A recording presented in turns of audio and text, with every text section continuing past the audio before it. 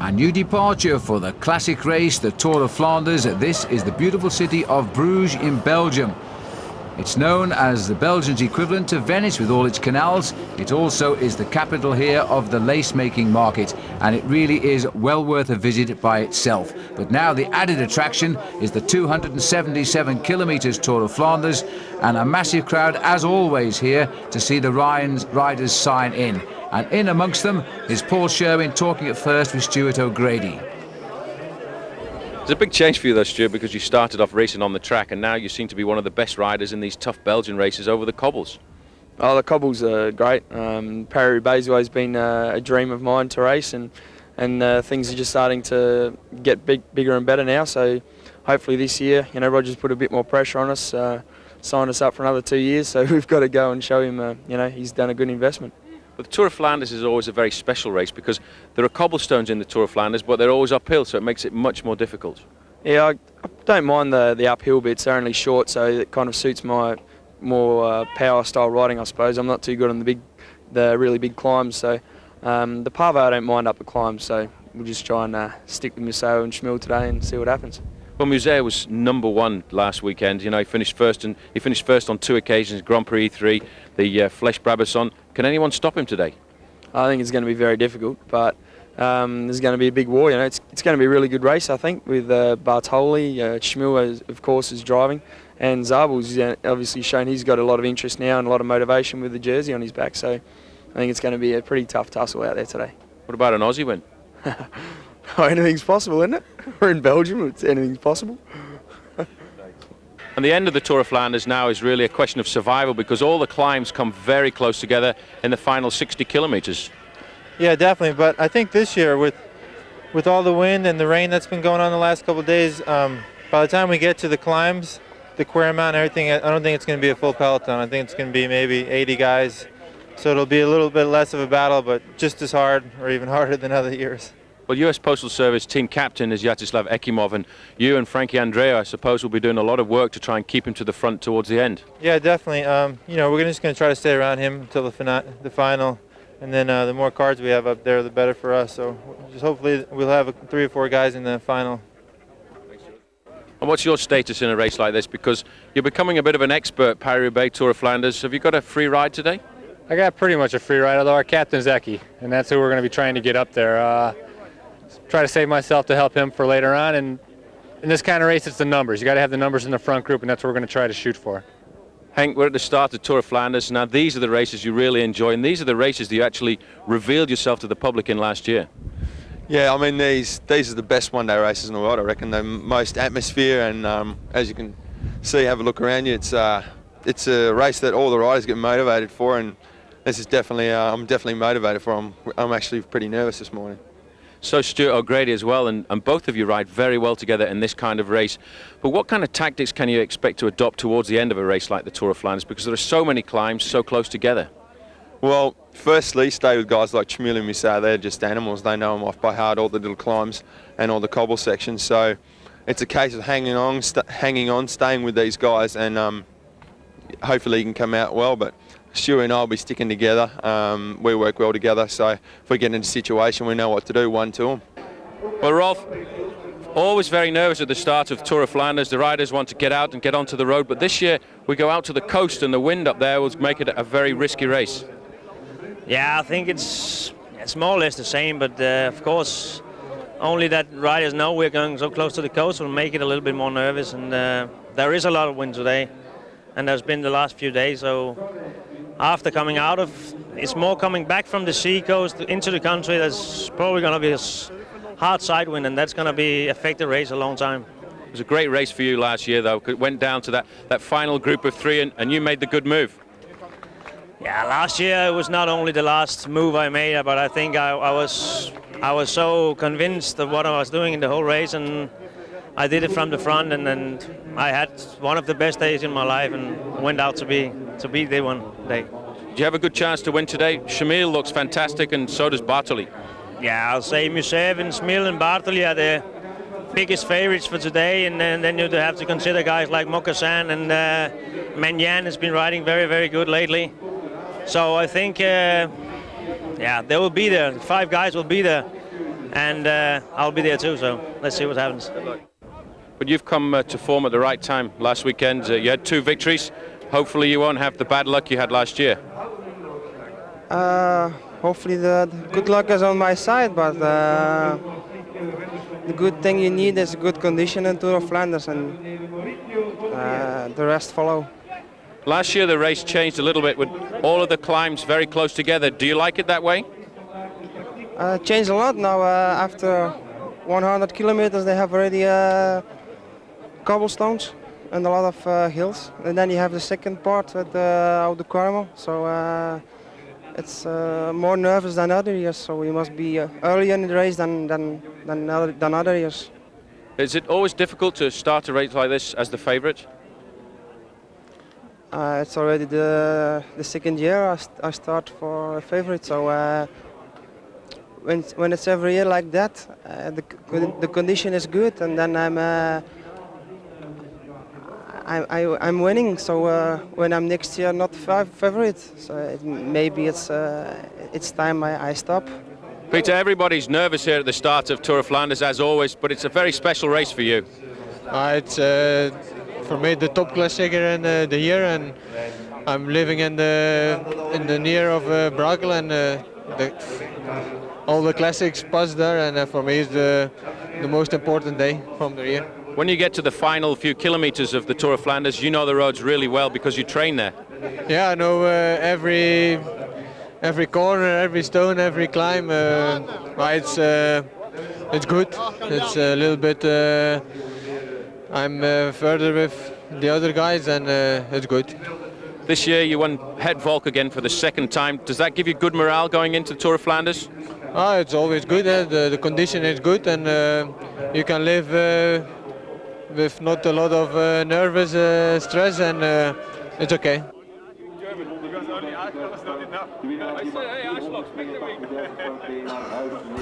Well, if you ride for a company which makes telephones and uses them, why not make a call during the race itself? But they weren't letting Paul Sherwin do it, were they? Well, let's join the action now. Jackie Durand is in a lead group here, and they are 50 seconds ahead. Well, that was an early move by Jackie Durand. Those riders thought that they could sneak away from the main field here, but once you start to get into this critical part of the Tour of Flanders, Phil, the speed always comes up in the main bunch, and just the natural impetus starts to pull it all back together. None of the favourites missing at the moment. Johan Museeuw comfortably in the second group on the road, and that group we're looking at right now is the group made up of Jackie Durand, which went out very early on. Well, here's the route as they make the way now around Flanders in the east corner of Belgium. There are in fact 15 climbs. These are the ones remaining here. We're coming to Kleiss Burg is climb number 5, and the Oud Quaremont there, climb number 7. It takes us through in fact to the last climb of the day, which will be the Bosberg, and that was in the days of Edwig van Hooijdonk. We always used to call him the boss of the Bosberg because he tended to make his winning moves there. So it is a difficult route, Paul. We've had the traditional, even though we've altered the finish, we've only gone nearer the coastline to Bruges, so the traditional flat and windy start. And as always, an early breakaway tries to shape the race, and certainly it shapes the counter moves that follow. It certainly does, but I always regard the major turning point of the Tour of Flanders as being the Old Quaremont. That's when everybody wants to get over the top in first position there, because straight after the Old Quaremont you have the Tyenberg and the Patersberg, which are very, very difficult climbs. So you have to be at the front when it comes to the Old Quaremont, which is why the speed starts to become so much more impressive as you get into this part of the course. You can see there the makeup of that breakaway with Robbie McEwen in there as well as Commesso, but Jackie Durand, the former winner of the Tour of Flanders, the man really trying to stir it up to make sure they stay clear. But with 50 seconds at the last time check, I really don't think these men are going to stay out very much longer. Well, this breakaway going more or less from the gun here. There's little Robbie McEwen in the Rabobank orange and white colours coming through. Behind him is Salvatore Commesso. I saw him win the Tour of the Cape in South Africa back in February, March time, and seems to have found his legs now. He's the European champion at the moment. And he takes the line through. Michael Rick, another man who's known success too in South Africa, because he won the Tour of South Africa, which used to be known as the Report Tour. And he's in this breakaway as well. And we've got one rider there from US Postal. Anton Villatoro, who started off life as a Guatemalan, now in fact naturalized as an American. So it's good to see US Postal Service have got their men up there in the front. They certainly have been looking for something since the early part of this season. Dogged by the abandon of Lance Armstrong in Paris-Nice. I think it shook a lot of the riders the way he withdrew from the event there, but it must be difficult for Lance coming back from testicular cancer the way he did. Rode very well in the Ruta del Sol, and I think just the pressure of being back in Europe ended up being too much. There you can see the way the breakaway developed. At 100 kilometers they had a maximum advantage of 3 minutes and 30 seconds, and now well, it's just down to 40. He's starting to slip away, but really and truthfully, it would be a big surprise if any one of the names in this breakaway did survive to win the race. We don't expect that to happen, but stranger things have happened, and Jackie Durand knows all about long escapes where they have been successful. He certainly has. That was a very long breakaway, one of the rare occasions when the big heads of state of cycling do miss out and miscalculate. They let that breakaway go from the gun in 1994 with Jackie Durand getting into it, and nobody ever saw them again, and Durand walked away with the Tour of Flanders. And I don't think the following year riders were getting too much information from their team managers, because they nailed everything down and they had one of the fastest Tour of Flanders on record. And Thomas Wegmüller of Switzerland was the rider who was second on that occasion. We used to call him Thomas the Tank. Now the breakaway, two riders here from Mario Cipollini's Seiko team, free to race their own race today, and they started off well. There's Jackie Durand sprinting round. So it looks as though this gap here, they're under pressure here at the breakaway at the moment. Somebody has turned the screw a little bit tight at the front as they're trying now to sort out the chase groups. You can almost hear the wind hitting the camera lens here and the microphone on the camera, which is indicating the wind is strong in Flanders today, pushing the riders across the right of our picture. And wait till they get up the road into the little narrow lanes of the Bergs. And now Robbie McEwen wants a little bit of assistance here. He's put his hand up.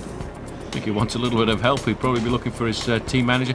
Often a tactic this when you come to this start of a race is in fact to try and call the team manager forward, because at the moment there's a lot of confusion behind. You can in fact see the main field there, so Robbie's not going to have the advantage of his team manager coming forward to him to let him know just exactly what's happening.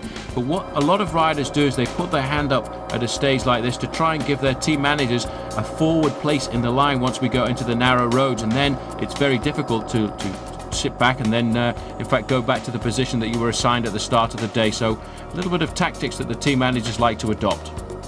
Well, this is Salvatore Commesso who's trying to get away here. To the best of my knowledge, this is his first attempt at the Tour of Flanders, and I hope he knows what's coming very shortly. But he's decided that that group is beginning to mess about a little bit. There's no cohesion at all, so he's trying now to start the move himself, and will try to reform another group around him, because at this stage of the game he certainly doesn't want to be thinking of a long break. He certainly doesn't, because the main field really on the tail of that group of riders he was in a little bit earlier. And I think we'll see a reaction coming from Jackie Durand, because Durand now riding for the Casino team, trying to find the form that he had just a few years ago, because back in 1994 when he was the national champion of France he had 7 victories, but since then he's been looking around trying to find some kind of condition. but he's the kind of rider who, when it comes to a situation like this and he can get in those long breakaways, he does excel. Well, he's had his moment in the Tour de France too, where the weather changed and he held the yellow jersey in the prologue time trial. Beveren is where we are, just approaching 100 kilometres to the finish. So we're still looking at 2.5 hours of racing, more or less here. Certainly are. There's the main field and several little groups in between, but at the moment, Phil, I think what's going to happen is the whole race is going to come back together before we go into the very strategic part of the Tour of Flanders and we start to get into the repetitive climbs, the mountains of Flanders, which is where all of the real decision takes place. The riders now going alongside the canal there, and very shortly they'll be turning off towards the Mont de l'Enclos, which is known as the Kleiss Burg in Flemish. Well, this is exactly the way the big riders in this race would like to see it go. They've kept control of what was originally a 15-man breakaway, almost from the gun. They're starting to pick them up now and put them back in their place and gradually reform behind. And in other words, the race is about to start here. It certainly is, and it's sorry for these guys here because they've been at the head of affairs for around about 150 kilometres, and it's now that the real race starts to happen. I think a lot of the big stars will be happy with the way the race has unfolded so far, because we've had a very fast race, no serious attacks apart from this one, which never really looked too dangerous because it didn't get up to the astronomical sizes that these breakaways can get. They never got more than 3.5 minutes. There were several teams at the front of the main field keeping that gap sensible, and now as we approach very shortly the Old Quaremont, that's when we'll see the heads of state coming out. Men like Andre Schmil and Johan Museo will be riding at the front of this main pack. The canny men. Well, Christophe Basson is the rider setting the pace for Festina at the front of this group now, and he'll be trying to set it up perhaps for more famous members of the Festina team, like Gianluca Bortolami, second in Het Volk. Certainly Bortolami trying to forget what happened last year when his own teammate Bruno Boscardin brought down their favourite man of Belgium, Johan Museo, going into the very closing stages. A bad year really last year for Museo, despite the fact that he was wearing the rainbow bands as world champion. He had so much bad luck when it came to the big events like the Tour of Flanders and Paris-Roubaix, and he was dogged, I suppose, by the world champion's curse. Now he's Michael Rick, who was a former Olympic champion in the team pursuit. And Taffy's getting the word from his team sponsors by the look at it. Certainly is. You can see the little microphone he's holding there. He's talking back to his team manager at the back, and I think what is going on at the moment, in fact, in that second part of the main field there is Johan Museo. He's just been announced over the race radio as having had a puncture, so it may well be that information going to all of the Mapei riders to shut it down, go back to the team cars and bring Museo back into the group. There's Van Petegem, he's also in this group. This is the workman-like group now, which has got themselves into full gear. And at this stage of the race, as they approach the series of climbs, which will gradually lead them all the way back to the finish in Meerbeke, well, there's always a lot of racing done at the front now, because the riders trying to protect their places at the front. And if Museo is at the back, then he's going to find himself a little bit disadvantaged as Frédéric Guédon, number 71, slips through on the inside. The man that was the big surprise winner of the Paris-Roubaix last year, but as so often happens when you win a big race, then you lift yourself up a notch as far as cycling goes. This man also has won Paris-Roubaix before, number 21, Franco Ballerini. A lot of these Mapei riders now slowing the pace down a little bit at the front, because obviously they want Johan Museo to come back in. I think the word went out amongst the squad this morning that our number one man is going to be Johan Museo, because he certainly has come into form. Just last weekend he won two very good races, the Grand Prix E3 and the Flèche Brabazon, which is not really the kind of race I would have expected him to do well in, Phil, but it just goes to show that he's on form and flying and ready for the Tour of Flanders.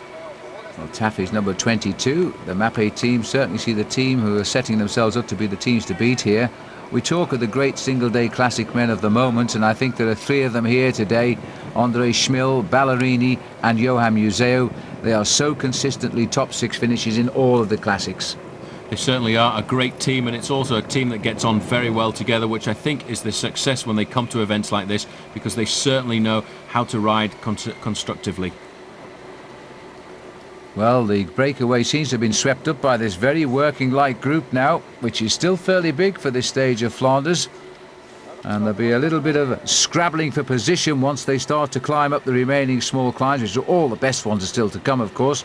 Number 4 there is Martin den Bakker, former champion of Holland. And this is where we see Andrea Taffy getting the word from probably Patrick Lefebvre back in the team car.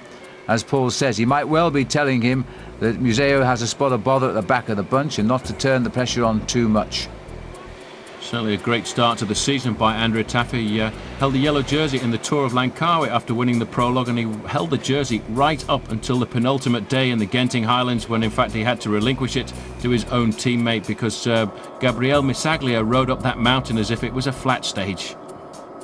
Well, Tafi's had always enjoyed his early season's sortie away from Europe, and then he hopes to find his form to come and have a good European season, which over the years he has had. He's won some great bike races, Andrea Tafi. First came into our notebooks when he rode in the Tour of the Americas some years ago now, winning a couple of stages of that race down in Florida.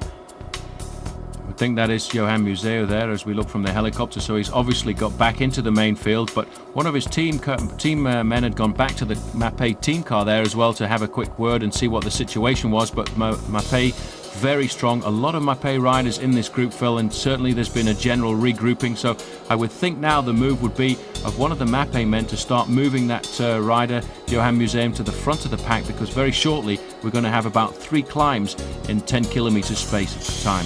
And they haven't wiped the break out, in fact, Paul. They're not very far ahead now. Looks about 30 seconds, if that, but the remnants of the original 15-man break is still up the road there. But I'm afraid the rats can smell the poison, and they're beginning to chase them down now because they're not even thinking of the breakaway. They're just thinking of holding their forward positions for the start of the little climbs. They certainly are. There's Jackie Durand there riding for Casino, very present at the front of this group, but behind the screws are starting to be turned out now because everybody wants to pull it all back together. 96 kilometres remaining and around about 9 very tough climbs indeed. 93, Stuart O'Grady, always looking for the move. I think a little bit too early today though, Stuart, because he should have waited to the latter part of the Tour of Flanders, but certainly this man likes the cobblestones and he likes the Tour of Flanders, but I think maybe going in this early move may well have doomed his performance this afternoon. I think he would have done better to have kept an eye on the men he fears most, like Schmil and Museo, because you don't see them take too much of a part in the first move of the day. But Stuart cannot contain himself. He loves his bike racing, he likes to get on with the job, and he certainly gets his GAN sponsors plenty of television time as well. Certainly does, alongside his other teammate Henk Vogels. They really have excelled in this kind of classic racing, and there in fact is Andrea Tafi coming up there, so I would think, Phil, that there has been a general regrouping there, and it seems to me at the moment everybody wants to talk to their team manager. Now this is something that was brought in just several years ago, and many of the top teams now adopting this form of communication, which I think is an advantage, especially in races like the Tour of Flanders and Paris-Roubaix, where your team manager's car can be up to 2 or 3 minutes behind the pack. Yeah, I think it is an advantage, and I personally think it shouldn't be allowed either, because it rather spoils the tactics of big-time bike racing. It should be left to the bike rider who's out there to work it out for himself right now, as in the good old days. But nonetheless, that's the way it is. Some are in communication with the team managers and some are not. Either way, it looks as though this big bunch is now getting itself in touch with the men who have so far shaped this event. They certainly have. The pressure very high indeed. The speed touching 50 kilometres an hour. That's just over 30 miles an hour, and everybody realises now that we're going to have a repetitive attack at the next few climbs, because the first one is the Kleiss Burg, in which in fact they climb from 2 different sides. They go over it, drop down, and then come back up the Notterberg, and then very shortly after that they have the old Quater, and that I think is where the big guns come out, because it's a very difficult climb. It's a climb that at the bottom is quite steep, but I find the hardest part of the climb is over the top, where it's actually just a false flat, and that's when the big men can use their power. And they're all coming back together, and it was indeed the Telecom team who has chased them down. And in the Telecom team, Eric Zabel, winner of Milan-San Remo, and for the time being automatic leader of the World Cup, because this is the second county event this season. They obviously feel very confident with the performance of Eric Zabel. Let's not forget that he's a great rider when it comes to the one-day classics, and he probably feels that he has a good chance if his team can control the main field of getting some more points this afternoon. But it's difficult once you get to the closing stages of a race like the Tour of Flanders to have one solid team at the front, because everybody gets eliminated once we get into the hilly section of the course. And what happens is it really does become a race like in the old days. You have to fight for yourself, you have to protect yourself, and every man must ride his own race, which is why you see men like Johan Museo and Andre Schmil always excelling in an event like this. And what you see now, riders on the left of our screen here, on the right shoulder of the leaders, trying to move up now and form the spearhead of the attack. Christian Hen going through the picture there, very strong rider for the Deutsche Telekom team, and they'd like to see Zabel win this one. And Zabel, of course, suffers a little bit from the terrific publicity that his more illustrious teammate Jan Ullrich gets in Germany, but Zabel himself is one of the best bike riders around right now. Certainly the top man for Team Telekom this year, with 5 victories under his belt, and a lot of discussion going on at the moment around Europe about the performances of Jan Ullrich, because he seems to have put on a little bit too much weight during the winter season, and he's having a hard time finishing a lot of his races. And alarm bells, I think, Phil, starting to ring, and I think they must be very happy that they've got a man like Erik Zabel in their ranks, because at least he takes a small amount of pressure off the team. Well, it certainly gives them a team for all occasions, but you know, Zabel is the single day winner and of course the green points favourite in the Tour de France, whereas Ullrich, well, they say he is a little bit overweight, but then all champions seem to get a bit heavy in the winter. Stephen Roche, well, some winters you'd think somebody had blown him up to 11 atmospheres, but it soon comes off once the racing gets underway.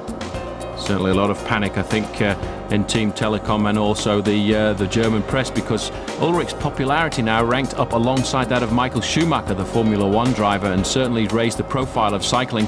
As you can see, this group at the front trying to hold on for just a few more kilometres, because they'd like to try and get over the top of the next few climbs in the front of this race. But you can see Andrea Taffy in second spot there, not doing very much to encourage this breakaway to stay clear, because he wanted all to stay together so that his man Johan Museeuw will be in an ideal situation when we come into the next few climbs. And the gap's closing. That was Peter Weitz who was leading there for the Flanders in 2002. I thought I'd mention that because we don't often talk of the small teams in this race, but he's got himself onto the front, and Taffy offering him no help at all, because he wants to see other members of the Mapei team getting up here as well. Still plenty of pressure, but there's still no sign of reinforcements for Andrea Taffy. It's a long line, it's quite a big bunch that's got themselves organised here now. And as I say, we've still got the real big climbs to come, which will gradually take us towards the finish. Certainly, well, Taffy there's playing a very good game. He won't go through at all. He realises the word has come up from Patrick Lefebvre in the Mapei team car behind to slow down the pace at the front here, just to allow his own teammate Johan Museeuw to get back into the main field. And here you get a chance to see just how many riders there are, which is quite strange, Phil, at this stage of the game in a Tour of Flanders. It's almost the whole of the main field there, so obviously it's not been too difficult to race so far, despite the fact that the speed has been very high. And they're still trying. Here's the long thin line now. Just look at the speed over the ground here as they go through. 194 starters this morning, 21 nations, 25 teams. That's the 1998 edition of the Tour of Flanders. Still probably next to Paris-Roubaix, the one classic that everybody wants to triumph in. Certainly a very difficult classic to finish, because there's almost as much cobblestones in Paris-Roubaix, although the cobblestones here in Belgium are not quite as bad as those ones across the fields of northern France, but the disadvantage is they're nearly all uphill. Now the US Postal team talking of great confidence at the start this morning. Mark Gorski saying he'd never felt so good about a big time bike races today, so they must be thinking that Ekimov has a chance of doing something special today, their team leader. Looking down at the legs here, number 55, that's Pavel Padua, the former Czech rider. Well, still is a Czech rider actually, but now he's a professional. He used to race for Czechoslovakia, as it was known then. Now the Czech Republic. Second position there, Ludo Dericks, and one of the riders in that early breakaway. So he's still managed to survive. It keeps looking as if it's all come back together, but these riders keep fractioning off the front there and surviving for just a little bit longer. This man Ludo Dericks, and a winner in the past of some very good Belgian races, and was in fact second in the Belgian National Championships last year, which was quite a surprise for the books. But you can see still a small group off the front, and in fact Andre Schmiel has managed to sneak his way across there, so there must have been almost a regrouping and a split again, and then we've got Schmiel who's managed to lock onto the back there. So that's going to set the alarm bells ringing in the main field there, because men like Johan Museeuw and Erik Zabel won't want that to happen. Well, indeed they will not. But now you see, this is Flanders countryside. This is where the racing begins to get tough as we enter the last 60-65 kilometres of the event. The winds are continuing to blow, And the riders now scrabbling for wheels, so eventually only the strong survive in Flanders at the head of the field. Made more difficult today by the fact that the riders behind are having to continually close down gaps because they know when the next breakaway forms, it will likely be the final selection of this year's Tour of Flanders. Well, the riders now are beginning to make progress towards the old Quater climb, which is a cobbled, narrow brute. It is very, very steep, and thank heavens today the weather is a little bit dry, which is just as well. Take a look at the scenery now, because this typifies Flanders in Belgium. Very flat, very windy, and then it becomes very hilly. Let's join Paul Sherwin, who went training this week on the old Quater. But although the Quater is still a very strategic climb, one of the most legendary and dramatic was obviously the Koppenberg. It was here that the men like Eddy Merckx and Roger de Vlaming laid the foundations for their great victories. But in the evolution of cycling, the modernness that came into it, it was deemed to be a lottery from the past, because only the top 10 or 15 riders could actually get across it.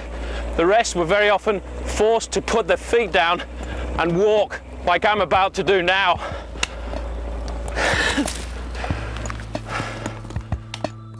Well, I'm not going to laugh, Paul, because I know just how hard it is. Let's have a look now at the race in 1984, the year Johan Lammerts won and spoilt Sean Kelly's dream of ever winning this event. Phil Anderson was on the attack here, as the riders now were in absolute chaos on the climb. Paul, you've done this yourself. Well, one of the big problems that happened on the Koppenberg was it actually became a team tactic to send one man out there to fall off and lie across the road and give 5 or 10 riders the chance to ride away and open up an easy gap. Well, I suppose that was one good reason, of course, to take it out of the itinerary. Riders continuing to shoulder their bikes and walk up the hill.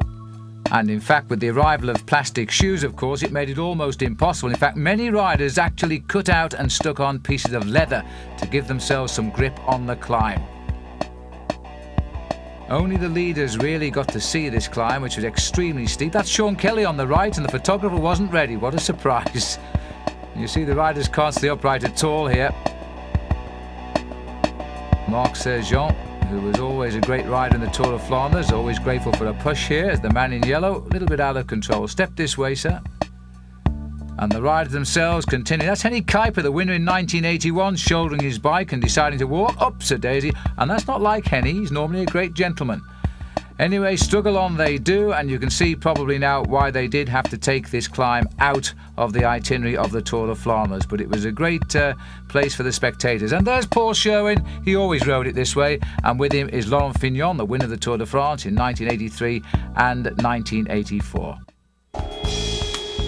A little bit of history there of the Tour of Flanders, and now it looks like Jackie Giron is on the attack again here. He's been caught by the motorbikes because he shot out of the group, and he's going to have a go for gold on his own. Now, most riders I'd say are mad, but Jackie Giron, you know, he's such a troublemaker when it comes to big-time cycling. He might well start a move here. He certainly might. He's got a climb facing him 1.1 kilometers long, and at 12% a very difficult one. You can see as well from the profile there that it really gets steep as we go to the summit, but Jackie Giron must realize that the main field are really bearing down upon him because they're just around the corner, and they realize now that they've got 4 very tough climbs in the space of just 20 kilometers. Good time to start shaping the race. We're 2 little hills away from the old Quater, where we saw Paul Sherwin in action there yesterday, in fact. And now he's recovered, he's alongside me here in the commentary box. But there's the main field. I don't suppose at this stage they'll worry too much about Jackie Giron, but somebody will probably use him as a carrot to try and get a breakaway underway. Certainly will. There's Stefano Zanini, another one of this Mapei squad. There's such a tough team when it comes down to the one-day classics. Every member there has a chance of winning. Cedric Vasseur, the wearer of the yellow jersey in the Tour de France last year from the Gans squad, comes from just over the border here in Stenvoorde in northern France. So he too will be looking for a fine performance in these classics. Will indeed. Dad's no doubt watching him as well. Allan Vasser, former Tour de France rider and stage winner. Now, nobody willing to pick up the gauntlet laid down by Jackie Giron and start the counter-attack, because they're looking for the big names to put in some big serious efforts now and see if they have the legs to go with them. Zanini, well, he's a big name in his own right, and yet he's not doing anything about pushing the pace at all. Certainly a very strategic point of the race here, as everybody will be waiting for their teammates to come to the front to make sure that they have them in ideal position, because once you go over the top of this climb of Klausbergen, or the Mont de l'Encluse they call it in the French part, because this climb is right on the linguistic border of Belgium between the Flemish-speaking part and the French-speaking part. It's very tight and short, sharp descent before you then go up the Notterberg, and that is why all of these riders will be looking to see where their team captains and team leaders are, because they'll want them to be right at the front here, because it is so important to be well placed when you come into the climb in 3 climbs time, the old Quaremont. Jackie Durand certainly looks to be suffering quite a bit here, Phil, as he comes over to the summit of that climb. And let's not forget, though, he has been at the front of this race since the 25th kilometre, and he certainly hasn't given up yet. Well, he knows what it's all about, because he's been a pro for 8 years now, Jackie Durand. He's had his good times and his bad times, but he's been twice the national champion of France on the road. And now he's decided to put Casino out front. They've had a great start to the season, Casino. They've won a lot of bike races already. We're only looking now at the very early April. Field here, well, they're just keeping themselves nice and compact, because they know the racing is still to begin here. Jackie Durand, he's decided to begin his race. Super crowds here, because this is the heart of Belgian racing, and they turn out literally in the tens of thousands. Certainly one of the nicest days I've seen in recent years for the Tour of Flanders. It's been a beautiful day ever since the very start, from Bruges and along the coast there. A little bit of wind coming on the inland section as they headed down towards the climbs here, but the crowd certainly getting the advantage of a very wonderful afternoon of sunshine in the Flanders. And Jackie Durand over the top of the climb of Klausberg, and now having the advantage to pick his way through the little roads down to the bottom of the Notterberg, and that is a tough climb. It's very short but very, very steep. Well, let's hope he doesn't think too hard of the grand old days when he won this race with the longest break in the history of the event back in 1992. I'm sure the riders back in the main peloton haven't forgotten it, and they won't give him so much lead now. Certainly won't, but it's amazing the way this Casino team has ridden this year, Phil. They've won a lot of races, and they don't have any major leaders. As we look there at the time gap of Jackie Durand over the main field, just 7 seconds. But the team is made up of men willing to go out there and attack individually, and I think it's ever since really they brought a couple of Italians into the squad, Alberto Elli being one of those riders, that really bolstered the morale of the group and taught the French riders how to race aggressively and instinctively. And not to forget men like Pascal Richard as well, the old fox of professional cycling, the Olympic champion of 1996. Although he had a very difficult season last year, I'm sure we'll see a lot more of him coming up this season. So Jackie Durand now heading towards the Knochteberg. That's the next climb. That'll be climb number 6 of 15. His lead absolutely nothing at just a couple of seconds there, 7 seconds or so. But then I guess he was hoping that somebody would come and give him a hand by now, but right now nobody is. There's the Knochteberg, we're closing in on it with a short little snappy climb. Great training rides round here if you ever get the chance to come to this part of Belgium. There's hardly any traffic at all during the week on these kind of roads, and it's only really opened up and overpopulated on a day like today when the Tour of Flanders comes around. But if you want to take a bicycle to these very strategic points of the Tour of Flanders, it really is a great way to see the way the race takes place. That's great fun as well. There's the honours list. 1992 was the great day. He's not done too well since, has he? 72nd and 85th. And the other days either didn't start or didn't finish. Still, he won't give up, will he? He knows the main field is right behind him, and on these long straight roads, if he just looked over his shoulders, he could almost see the main field behind him. There he looks now to see just exactly what the situation is, and I can tell you, Jackie, that just around the corner there's about 150 men trying to pull you back into the fold. And they're working hard now, because they're right across the road here. Well, it appeared to be working hard, but in fact they're not working that hard, are they? They're just keeping Jackie Durand on a tight rein and waiting for the chance to spring away on one of these little climbs. Casino have got one rider, 2 riders, 3 riders trying to slow down the chase at the front. Telecom again, who closed down the original break, are bringing up Christian Hennig once more to make the pace. He's the workhorse for the team. Rabobank clearly thinking of Rolf Sorensen. They're also chasing well at the front. At the same time, Paul, there's a lot of movement in that big bunch right now to try and hold on to a good position for the climbs. Certainly is. You can see Stefano Zanini there moving up, Johan Museo towards the front as well. Everybody realises this isn't the point where you're going to win the race, but this is the point where if you're badly placed over the old Quaremont, you could lose it. Zanini shooting out of the front there to cover that move, but Telecom obviously feel they've got a great chance with their man Eric Zabel, because they too are making sure that they're present in all these little groups going off the front. 10 more climbs and 6 more stretches of cobblestone. Stefan Erlo. There's one rider that's shot across there. Frenchman. Now once they start, then I think they'll quickly bring in Jackie Durand. This is the little break that got away. So Erlo, I don't see him now. Yes, there he is, just coming into our picture. So they form some 4 riders at the front here now. But you see the reaction, a little bit too big for comfort, and the field are now trying to send across a few emissaries. One team seeming to miss out a little bit at the moment is the Lotto squad, who earlier on were very present with Andre Schmil trying to move across into little groups getting off the front of the main field. Now have seemed to have disappeared from the front of that main field, so it may well be that Andre Schmil is having a little bit of difficulty at the back of the group there as we look now at all of these riders trying to stir it up. This is Fabrizio Guidi, who last year had his season really interrupted when he crashed in the forest of Arenberg and ended up breaking his wrist and had a very difficult season trying to get back. But this man is a very good sprinter, rode for last year for the Scrigno team, now riding on a stronger squad, Team Polti, so we could see a lot more of him when it comes to the stage races later on in the season. Well, obviously his crash didn't deter him too much from the roads of Flanders. He's back in the thick of it again today. There's the lonely figure of Jackie Durand. 1 or 2 riders now try to reach him without success. The peloton has reacted. So Jackie is still being left alone to fry out there, and he's giving it an awful lot of effort here, considering he's still a good 70 kilometres from the finish. Well, I don't know where he's getting his energy from, because he was in that early group of riders that escaped after just 25 kilometres, and they stayed at the head of a race, most of them until 170 kilometres covered. But Jackie Durand's decided to go out on his own, and for him I think it must just be a question now of trying to take a little bit of pressure off his Casino team, and of course get a little bit more television time for the sponsor Casino. Now he's looking a bit perplexed now as to quite what to do. He thinks, goodness me, there's still all these climbs to come. I'm not going anywhere, and the race can still see me on these Flanders roads. Now the big man himself has got himself, are we at the front? I think we are more or less at the front of the peloton now.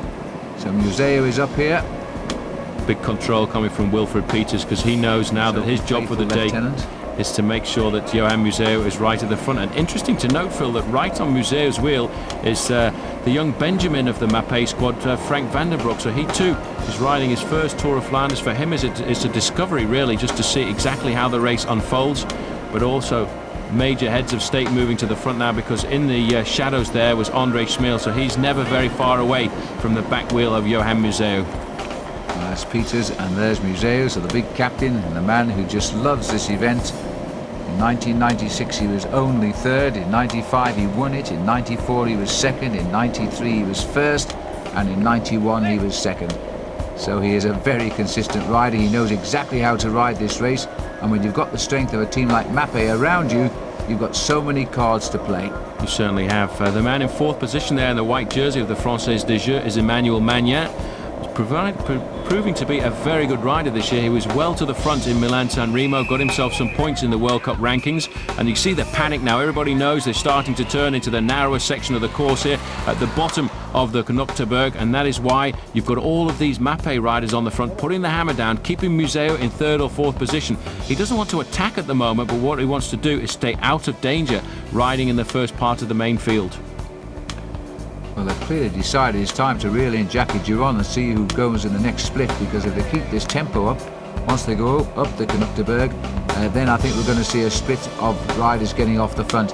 The Lotto boys have taken a little bit closer interest now. They have moved through the pack, but they know that the team to beat and the man to beat is Mappé and Museo, and so they're clearly letting that team do the work at the minute. They certainly are. There was nobody could stop Museo last weekend. 2 races back to back. Saturday the Grand Prix E3, Sunday the Flèche Brabazon, and on both occasions he went on to win alone. It was an incredible performance by him. He just said, I'm fed up with people saying I'm finished. I've been working for the team all year because I'm a great team helper. Now I want to show you all I know exactly how to win races. This is the Koppenberg, 11%, but the steepest part is certainly at the summit. And that's about 1 in 9, as you understand gradients better that way, but it only takes them up to just on 90 meters above sea level, about 300 feet. So they don't climb very high, but they do climb very short and very sharp. Now here's the man that's challenging them all at the moment, former winner of the Tour of Flanders, Jackie Durand, the Frenchman. I still don't know how he's staying out there, Phil, because he's had about 7 seconds for the last 10 kilometers. He's just hovering, just holding. It's only 5 now. Oh, well, it's coming down slowly, but he's still got the energy because it's a very tough part of the course here, and Durand just will not give up. You've got to give him credit for that, because he hasn't laid down arms. All of the time he's been hoping that something would happen behind, but I think by the top of the climb here, we're going to see a different face of the Tour of Flanders. Well, he will just hope that a small group reaches him on this climb and he can tag onto the back wheel as they speed over the top, bound for the Quater Mont. Well, it's not going to be a small group, Phil. In fact, there's about 120 riders left there now, pulling back Jackie Durand. They'll probably tip their caps to him on their way by, because he certainly he didn't give in without a struggle. And he still won't give in either. He keeps looking at them in the eye and continues to race. He is not going to give in. This is absolutely typical of the Frenchman. Durand, who's won the prologue on the Tour de France and captained the yellow jersey for a while. He's been twice national champion. He's won the Tour of Flanders, all by the fact he goes out and has a go, and sometimes they don't catch him. Well, they haven't caught him yet. Oh, well, you're quite right. They haven't caught him yet either. Quite right. Quite amazing to see this guy. He certainly will not give up at all, and I think those guys behind in that group now are probably having just a little bit of a laugh at Jackie Durand, because they realise that he's hanging on by the slimmest of threads, and very shortly the elastic is going to break, I think, and he'll be disappearing from the rear end of that main field. Yes, I think he's wondering why they haven't finally jumped on him and ended it all. But as he climbs up there, the Koppenberg here, he's holding on to his little lead. You see, there's no room to pass in the big peloton behind now. That's why the strongmen want to be in the first six or eight riders, because they know that behind, riders can fall, gears can slip, and if anybody does fall, then the whole field comes to a standstill, and if you're in the front portion, then you can get away. And the big problem here is, even though the road is so narrow, it actually then comes out onto the very big wide road which stops down into the town of Kleiss Burg, and then almost immediately after that you've got the climb of the Old Quater, which is why we're seeing riders like André Schmeel and Johan Museeuw moving to the front now, because although the Old Quater is not the deciding point of the course, it's a point where if you're too far back in the main field, you can never pull yourself back into this race, so you have to stay near the front and stay out of danger. Well, the banner looked to me as though it said 75 kilometres to go, which would be about right, because it's around 60 kilometres when we get up to the Quater Mont. There's a nice narrow stretch of road for you. It'd be lovely on a training ride, but in the Tour of Flanders, well, that's another cup of tea completely. Manuel Magnin from the Française des Jeux, certainly a great rider in the Belgian Classics, and unbelievably so, because normally he started off being a cyclocross man. He's become a great sprinter over the last few years, but it's good to see the French actually reveling in this kind of event, because a few years ago the only man they could count on to ride well in the Tour of Flanders and Paris-Roubaix was Gilbert Duclos-Lassalle, but the sport of cycling, Phil, has just become so much more international now that the Italians, the French, they have no worries at all about coming and racing in these kind of events. Oh, there's Jackie around the corner, and he's they could have reached out and touched him, but they've still got him. We're in the Ronde van Vlaanderenstraat now, which is the Tour of Flanders street, and the peloton almost have roped him in, and they're almost all together again, and then that will leave us with the Quater Mont, which will be climb number 7 of 15. So there's an awful lot of racing still to be done here today. The very difficult thing about the Old Quater is from the summit of the Old Quater you have about 4 kilometres, and 3 of those are downhill, and you go to the Patersberg, which was put into the Tour of Flanders to replace the Koppenberg, which was taken out several years ago. And I think the Patersberg is almost as hard as the Koppenberg, and almost immediately after that you've got the Tyenberg, which is a very tough climb as well, and that's when the men with the big power can put it on at the front. Now somebody has tried to get off the front to see if they can stop this attack by Jackie Durand, who absolutely refuses to give in. He was closer on the climb than he is now as he starts to move away again.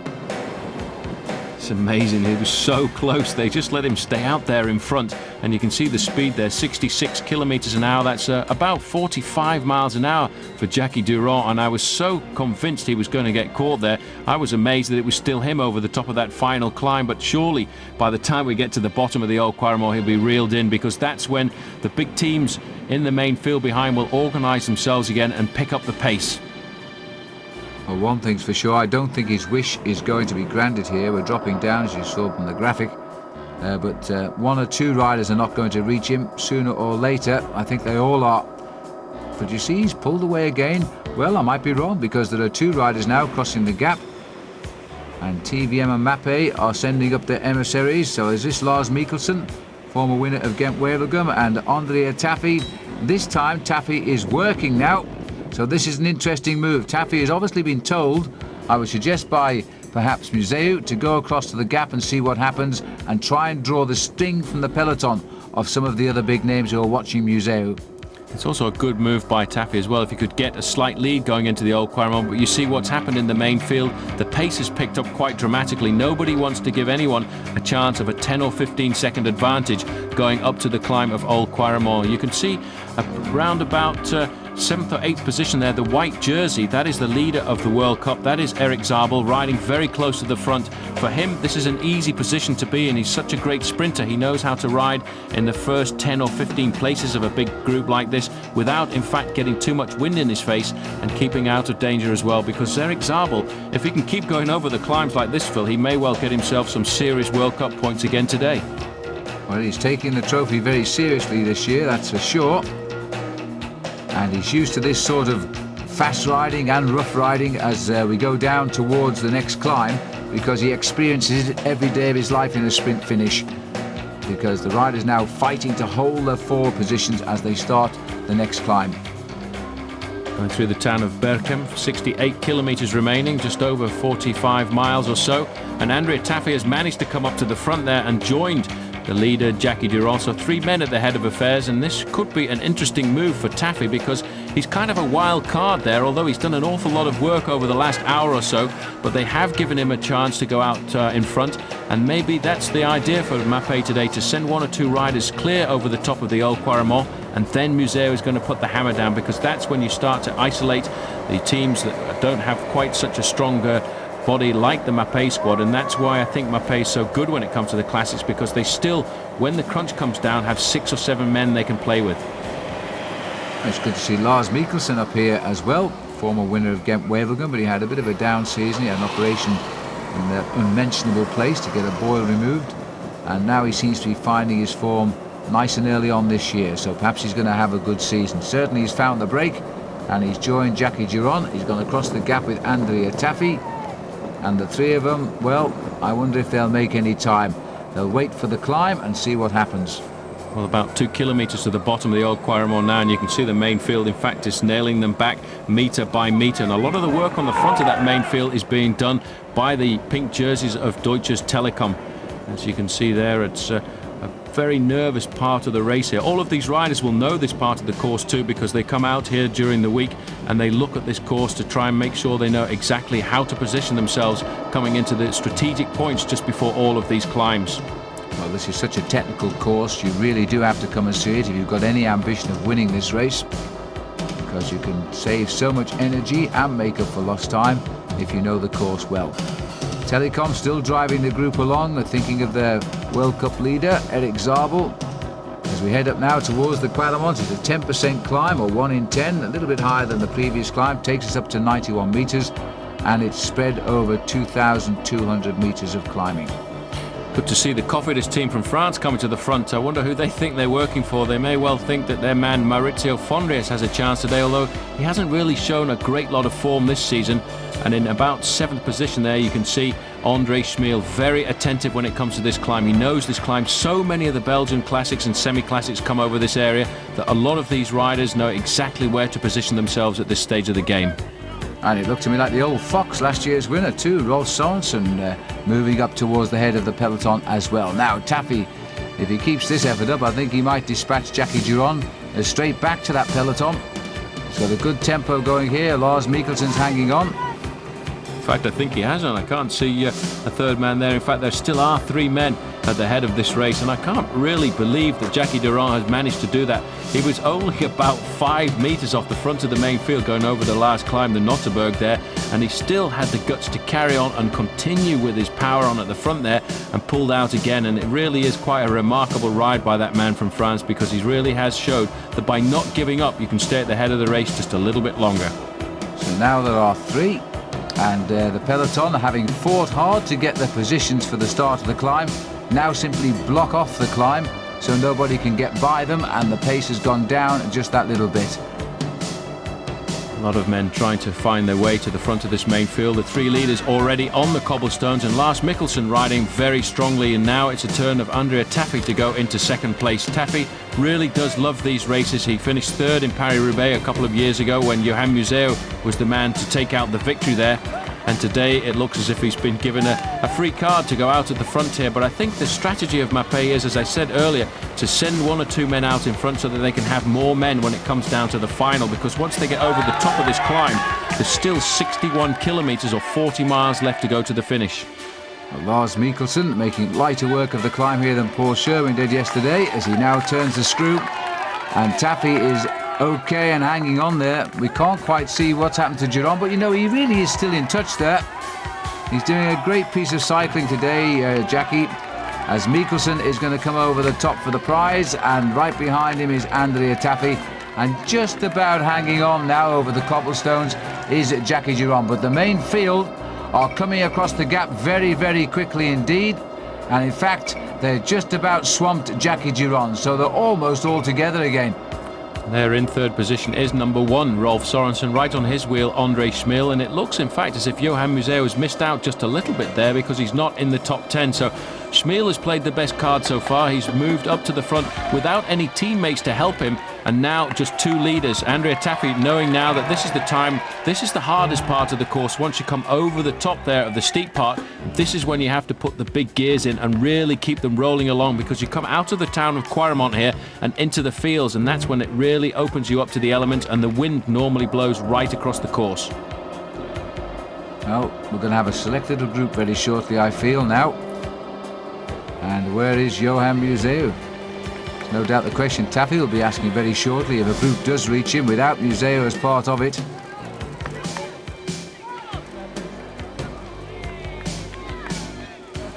Everybody's scrambling for the hard shoulders, and it looks as though Sorensen is trying to come through. Schmil is there. No sign of Museeuw. Number 114 flashing through the screen there is Jackie Durand, so he's still being persistent, Paul. He's still trying to hang on to whatever comes by him. Certainly is. 181, the first time we've seen him this afternoon. Mikela Bartoli, a former winner of the Tour of Flanders, this man, and a former winner of Liège-Bastogne-Liège as well. He's had a very difficult start to the season. He was up there towards the finish in Milan-San Remo, but ever since then he's really been dogged by bronchial problems, and he's not really been able to find his form. One of the US Postal riders going up there too looks very much like Frankie Andreu. Those 2 riders, Frankie Andreu and George Hincapie, they really like this event. They like to come here, and there you can see Hincapie going through right now wearing number 152. So they're still in at the very important part of the race, the top of the Old Quaremont. Now this is a good time for them to gain a little bit of confidence here. Hincapie bounces back onto the stones because he realised the inside line was going backwards rather than forwards. We've also gone through our picture there. Amongst the leaders is the Australian Henk Vogels, another man who loves this event to get to grips with. This might be the first big selection of the day here. There's the legs of Vogels as they bounce over the cobblestones. 71, Frédéric Guédon as well, the winner of last year's Paris-Roubaix. Here, in fact, is Johan Museeuw coming to the front. Look, in fact, it's not, it's Franco Ballerini. Those 2 riders look very much like each other once you get into a situation like this on the cobblestones. Ballerini, a slightly bigger man, but these days with the helmets and the sunglasses, it is so difficult to spot the difference between many of these riders. So Ballerini takes them off the cobbles at the top of the Old Quaremont onto the top of this climb now, and then it's a very short descent down to the Patersburg. And there is the start of that descent now as they swing away off the climb, racing down what must feel very pleasant roads after all that bouncing and banging over the cobblestones. And still quite a select bunch here. So it's still a scramble going on at the back. Andre Schmil now right at the front, this ever-consistent man. And they brought back Taffy as well now, so the group has generally got itself all back together here now, but I think a number of riders will be left behind. Well, 3 riders from US Postal in this group, because that was Yaroslav Ekimov wearing the national champion of Russia's jersey, and Frankie Andreu and George Hincapie in there as well. So a distinct group has gone clear over the top of the Old Quaremont, and there you get a chance to see just why it's important to ride near the front on the Old Quaremont, because the race has literally split to pieces. There's 2 groups of 4 that might well get on. Now they're thinking about it here, because what have we got, 25 riders perhaps in this lead group? But now they're looking at each other to take stock, and if they start to freewheel, of course, the guys they've just dropped are going to come pedalling back on saying thank you very much. And Jackie Durand, as far as we know, is still amongst this lead group. Quite remarkable, but I'm thinking very shortly he's going to regret the fact that he's been out in the front for very much longer than he should have been, because it's so difficult now, because we've got this next climb of the Patersburg. Then almost every 10 kilometers to the finish field there is another climb which throws itself at the riders. The man on the front there is Stefano Zanini, and I would expect in second position that would be Johan Museo, and there is Ekimov in the Russian national champions jersey in 3rd place. So Ekimov looking for a good performance this afternoon. Well, I think all of these riders have raced for their position, because the Patersburg is a real test. It's got a 20% gradient in the middle of it, which is 1 in 5, and that will cause the best of them to grovel. And of course, if you are in a big bunch, the chances are somebody will stop or slip a gear and your chances are gone. So the strong men have forced themselves up towards the leaders, and they'll just try and hang on now until they get to the Patersburg, which is not too far ahead. It's a long descent down. And all of the big names really made it over the top of the Old Quaremont. Sorensen, Museo, Zanini, Schmil, everybody who was supposed to be there is there. Now this is the start of the Patersburg climb. Now if you're a very good bike handler, there's a very narrow stretch of pavement just down the side, which is why you can see all of these riders heading across to the left there, because that's the easiest part to ride on. And that, in fact, I think is Johan Museo on the front showing them the way. He's waited for this, Paul, and he had to struggle a little bit to get across from the Old Quaremont, but he's got there, and now he's going to try and reduce this a little bit more here.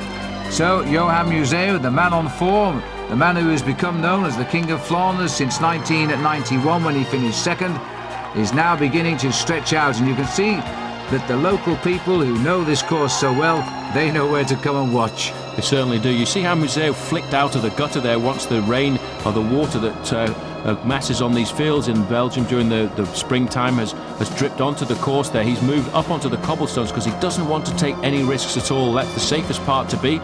And now he's back riding in the middle of the cobblestones, and the man marking him just a little earlier was Andre Schmil. He seems to have slipped away a little bit, had difficulty with his gears, and another man moving right onto his back wheel there, but still Ekimov up in 3rd position.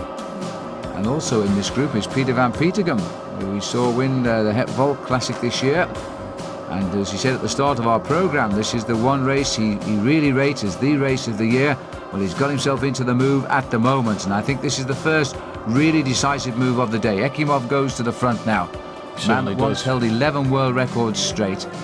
A lot of the Belgians feel regard this as being their unofficial World Championship, because for them this is the most important event of the year, and you can see the damage done there. Although it looked as if several groups were going to get back over the top of the Old Quaremont, once Johan Museo put the hammer down on the Patersburg, those riders then ended up losing probably around about 1 minute. But now they've got a little bit of time to regroup, because it's 5 kilometers before the next climb, the Quater, and almost immediately after that they've got the Tyenberg, which is a very difficult climb. And once they get there, we're still looking at 30 miles to go to the finish. Well, this is the effort by Museo, which has pulled 24 riders clear of the rest at the moment.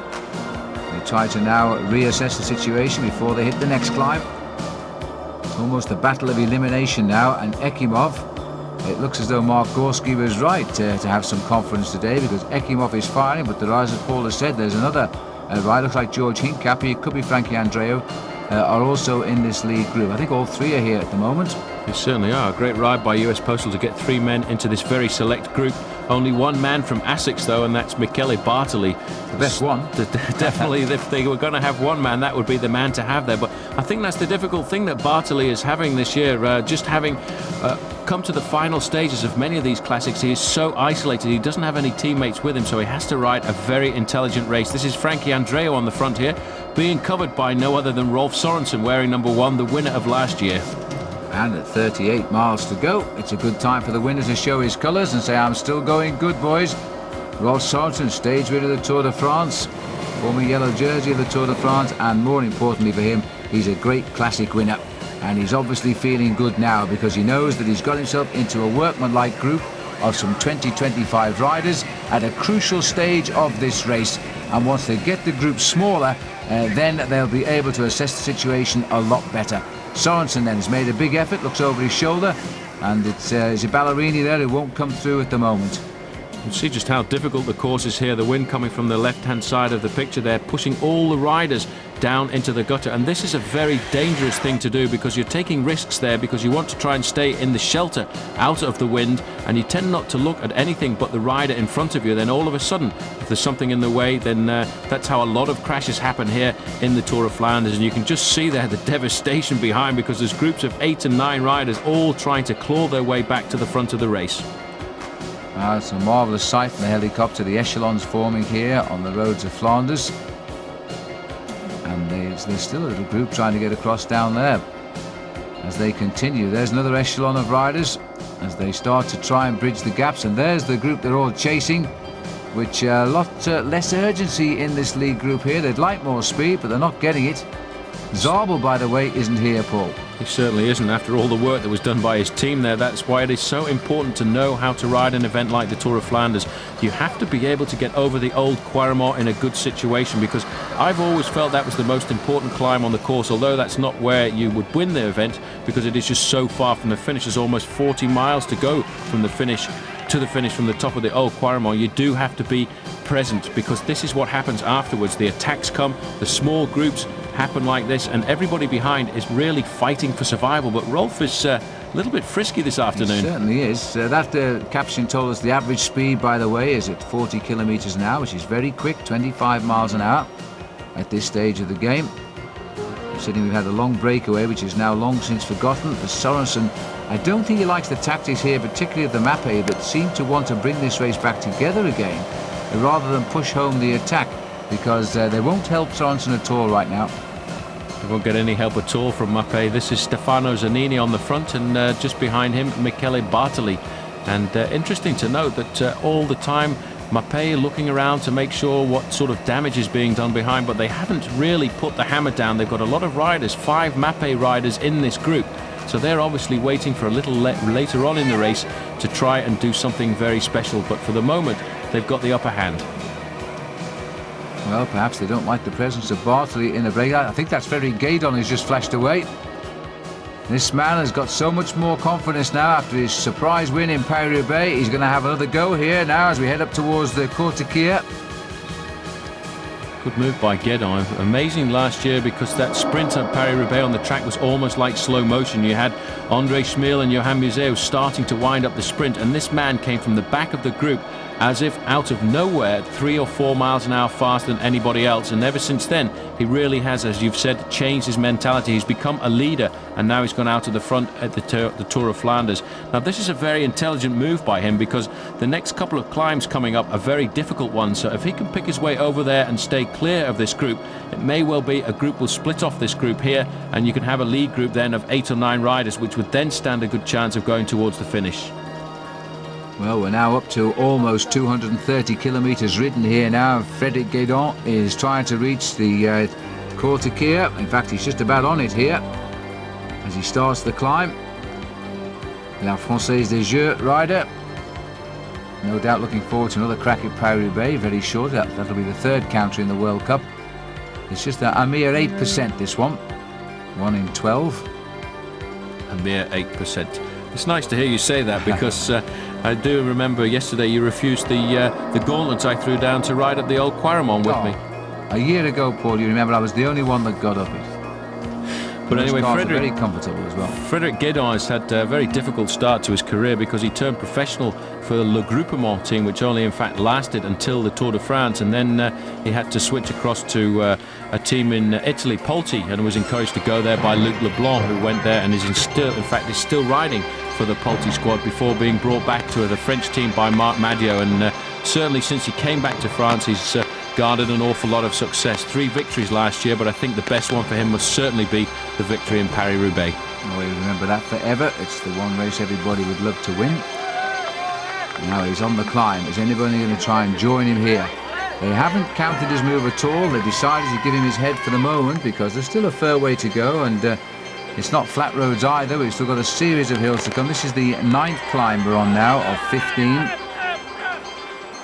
And as you can see, many of the spectators are stopped from coming down the narrow stretches. Certainly no cars are allowed down here at all, and it's a bit of a walk. You have to leave your car a long way away. Otherwise it would be impossible to ride these narrow roads. So consequently, there's pockets of road where there's nobody watching at all. Just the silence of the day. Zanini on the front now for Mappé. Zanini controlling it for Mappé, but there's also a lot of Française de Jeu riders there. Emmanuel Magnin was in 2nd position, so he too will be trying to slow it down just a little bit to give the advantage to his man at the front, Frédéric Guédon, who's picking his way through the crowds. And that's, I've always thought, the great thing about the Tour of Flanders, Phil, because you can actually get out and see the riders live at the side of the road and then nip into a little cafe where everybody has got the TV on, and it really is remarkable to see many of these classics live on TV for 3 or 4 hours. Nobody is bothering to go and pick up Guédon. Just all sit there waiting and watching each other, because the next climb is the steep climb of the Tyenberg, and you can see the clock counting down the gap, which is on the line at the top here of the Kortekier. And he's got himself a nice little lead now, just around about 30 seconds, but there's been no chase back at all. Obviously they don't really rate the man who won Paris-Roubaix last year as the possible winner today, so the Mappé boys are still waiting for somebody else to take up the chase. There certainly are. 53 kilometres remaining from the summit of that climb, and about 4 kilometres or 2.5 miles till he gets to the bottom of the Tyenberg. So with 30 seconds advantage, he could well get to the bottom of that climb on his own, and that is where the race would certainly split, I would think, under the pressure of some of the big names like Johan Museeuw and Stefano Zanini, because that is a very difficult climb, the Tyenberg. Riders will use a very small gear once they get there, using something like a 39-tooth chainring in the front, and at the back around about 23 sprockets. So it is, to give you an idea, a very steep climb where you have to use the lowest development that you will use for the whole day. Now beautiful blue skies, a little bit of wisp of spring cloud, the odd threat of rain as you can see, but this is more or less a perfect day in Flanders at this time of the year. The sun's shining on this great event. There's some of the hills and cobblestones still remaining. We've got both at Tyenberg, the hill and the cobbles. It's actually a cobble climb which is half road, and for the leader he should be able to pick the smooth asphalt, but for the rest they get what they're given. In fact, the last climb there of Kortekier has caused a little bit of a split off the front group. You can see omnipresent there in the jersey from Lotto in the red and green colours this year, André Schmil, always riding near the front. Just on the top of the group there as well is Johan Museeuw. So everybody has moved into the group, and this is a very strange race, Phil, because the groups seem to be splitting off the front, but nobody has as yet decided, because there's always a regrouping coming from behind. Absolutely right. Frankie Andrea was in there as well, so he's flying the flag for US Postal.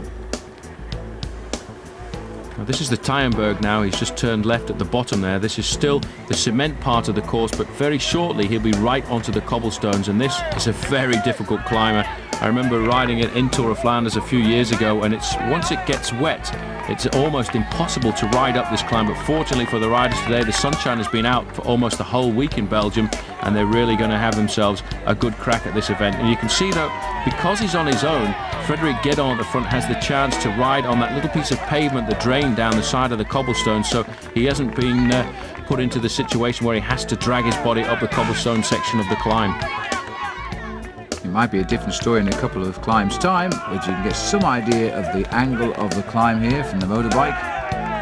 He's got himself a nice rhythm on this climb as well, and he's still pushing around about 35 seconds, so I don't think they're going to get across, at least on this mountain. That's probably what it feels like right now. As we come out over the top here, he's got, as Paul said, he's got the drain, the water drain there, which is nice smooth concrete, and he's having a good easy ride up. But for the main field, they'll probably clatter over the cobblestone, which don't look too bad actually at the moment. As he comes up to the top of the climb, they're only short, aren't they? But they do leave their scars as he comes over the top of the Koppenberg. Climb number 10 is behind him. Now is a counter-attack? Yes, there's a counter-attack coming from the field here right now. And it looked like the Aussie Scott Sunderland who has gone clear. Now he switched teams this year from Gann, and I have to say he's looking pretty sharp right now. He's had a very good start to the year. He's riding for the Palmans team. He spent a little time with Scott in Australia in January this year, and he was looking forward very much to get into grips with European cycling again. Chance at the back there to see how difficult it is if you get the gears in the wrong situation there. But it's also good to note this year that Scott, in fact, has got a victory under his belt. He won the Grand Prix of Nokere, although not one of the major events in Belgium. At this time of the year, it's always very difficult to win an event because everybody is keyed up and G'd up for the classics. You can see there the chaos at the back of the main field, everybody really queuing up to ride up the pavement at the side there, which is why you've got riders putting their brakes on and almost coming to a standstill. This is Van den Broek, the man that all of Belgium really believes is going to be a major star in the future. Well, I wonder what he thinks of the Tour of Flanders right now, because there are riders going by him one at a time, very steadily indeed. And this rider here, number 142, is Ludo Dericks, as Paul said earlier, runner-up in the Belgian Championship last year, and seems to be developing into being a good rider now. A little bit of picture breakup in amongst the trees. It's not the fault of the video or your television set. I'm afraid it's just the way we take the signals when we do live coverage. Rolf Sorensen once again at the front of that group, Phil. Very nervous, very twitchy, always looking, I think, to try and get a small group of 6 or 7 riders clear. But again, the riders are going up these climbs very hard indeed, and once they get to the top, they're sitting up, and that's really causing this regrouping to happen. Wilfred Peters deciding now's the time to try and stir it up a little bit. He's not happy, I don't think, with the fact that there are so many riders coming up from behind. Every time they get dropped, they slow over the top of the climbs and the regrouping is happening, which is why I think Peters has gone off the front there just to try and pick up the pace a little bit. Well, for Durand, read Guédon now, because he's taken the place of Jackie, another Frenchman trying to hold off the whole field. It keeps reducing to around about 20 riders on the climbs, but it swells a little bit once over the top because they seem to stop racing. A bit of crash here. Our camera's catching a faller near the back of the field. It was on a right-hand bend, and it's one of the Casino boys who's gone down, but he looks okay. But it looks as though he caught himself out there.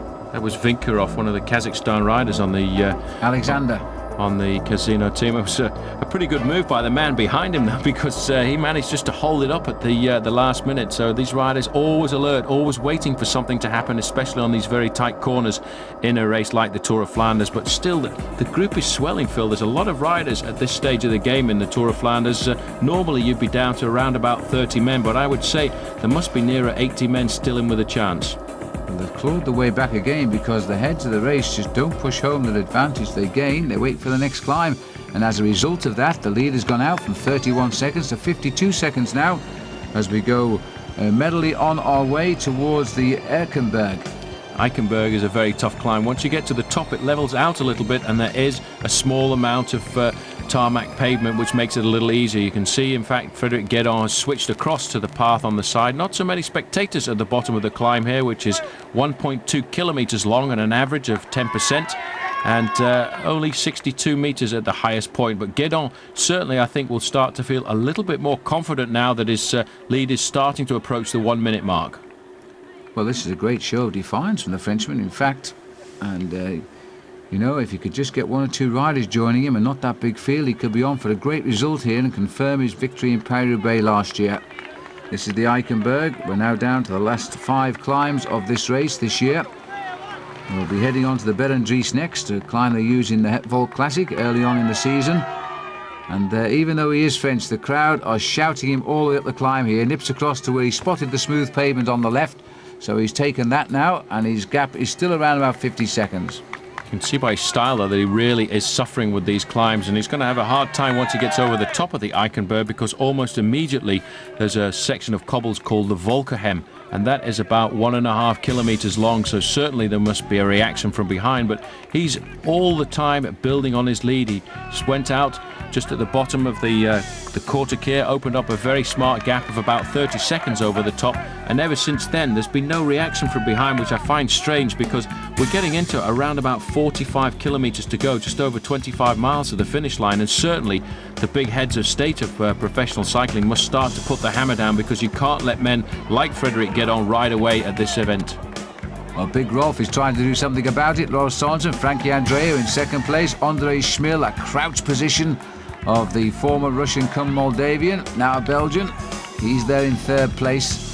And Museo taking a back seat at the moment on this climb, but he's certainly in this lead group, which I find a little bit strange, but he may be opting, they may have assessed, you know, there's so many riders that seem strong today at this stage that they're not pushing home their advantage just yet. See the chaos at the back of a ride and a climb like this on the Eichenberg. Everybody wants to go onto the left-hand side of the road to ride on the smoother part, and it really is difficult because there's only enough room for one man at a time. Andrea Taffy at the back there, having done an awful lot of work in the race so far now, just trying to survive to make sure he can stay in contact to try and keep a large number of Mapei riders in the group, and still the gap is increasing for 59 seconds now. So Gaydon away from the chaos, and he's moving slightly away from the head of the race here. These riders at the back are just counting the wheel tracks to try and get over the top of the climb at the moment. Ludo Dericks just gone off our camera to the left. And number 5 here is Verhoeven of the Rabobank team. These guys at the back end of the peloton now, and you can tell by their riding style these hills are biting. Certainly is a very difficult part of the course here. These riders from Lotto, I think, just trying to survive, because their orders will be to help Andrei Schmil today. He's the #1 man. He's the only man who has a great chance of winning the Tour of Flanders, and what they're trying to do is stay in contact so that once we get to the latter part of the event, they're still there to give a wheel or to pace their man back into the race. George Hincapie looking very confident here, very strong over the flatter part of the Eichenberg. This man certainly does love to come up here to Belgium. Looking over his shoulder now at the front of the main field, he's got Rolf Sorensen as a shadow, but George is certainly in fine fettle this season. Wait, a fine piece of riding. He's cut through the line and replaced Frankie Andreou at the front, as George now tries to get a little reaction going from the field. He'll be very pleased with his performance today, I think, George. Over the top of the Eichenberg, sharp right turn, but just look how many riders are still in contention here. It's a big bunch, this. Certainly is. The next set of cobblestones on the agenda is the Volkerhem, and then after that 2 very tough climbs at Berendries and Ten Bosch. And I think because there are so many riders now, everybody's just going to take a back seat and wait until they get to the Mur de Grammont, which is situated about 25 kilometers from the finish.